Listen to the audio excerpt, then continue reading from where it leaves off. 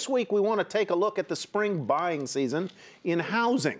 Miami's condo market, it went from boom to bust, and now it is booming again.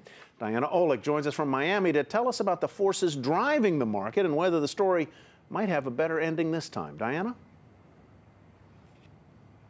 Well, Tyler, 6 years ago, this was supposed to be a 25-story condo building with hundreds of units. But like so many other bankrupt developments in the housing crash, it never got off the ground. Well, all right, I lied. Maybe it got almost to the first floor. Well, now with a new owner, Marina Palms, plus the rest of the Miami condo market is rising from the ashes thanks to a huge influx of foreign buyers. And developers are pulling out all the stops to lure them in. In the Miami condo market, if I could have more people hanging from chandeliers, I certainly would. The circus is back with over-the-big-top launch parties even before the condo has broken ground.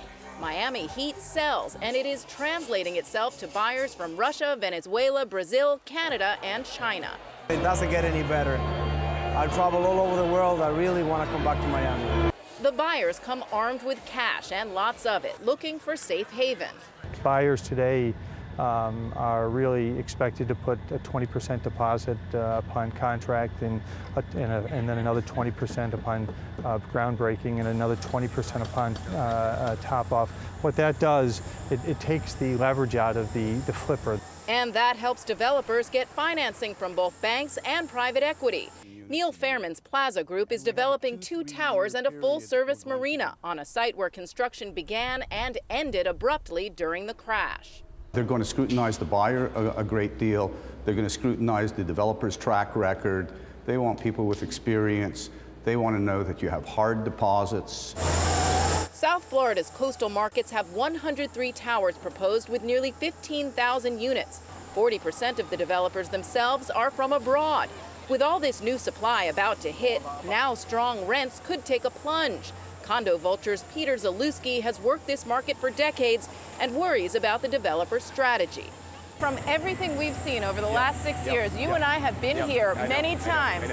This doesn't look crazy to you. You know, it looks, I mean, it's mind-boggling. I'm perplexed as to how all this could go forward this quickly. You need to rush the market. You need to move first, so when it craps out, and it will, you're able to take your chips off the table and you're not the guy stuck having to deal with the bank.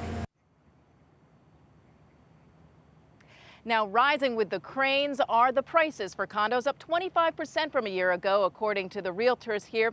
Now, the big question is, of course, the investors are getting great rents now, but with all this new supply coming on and the rents would then come down, does that mean some of the new owners would decide to get out of the market, put them up for sale? And then, of course, we'd have yet another glut of Miami condos. For Nightly Business Report, I'm Diana Olick in Miami. Tyler and Susie? Diana, so envious of you standing there. You know what's different this time, Susie, it seems to me, is that the key word there was cash. How much of this building and of these purchases are being financed by foreigners who are coming in with loads of cash, but also by hedge fund people and Americans who are not taking on the leverage they did the last time? Really, I mean, as I was listening to all that, I was wondering, did they learn the lessons, or are we going to go through another boom-bust One of those builders cycle? sounded like he said, hey, I just want to get out of here before the next crash comes. That doesn't make you feel too Well, let's hope it all confident. works out. It'll be good for the economy.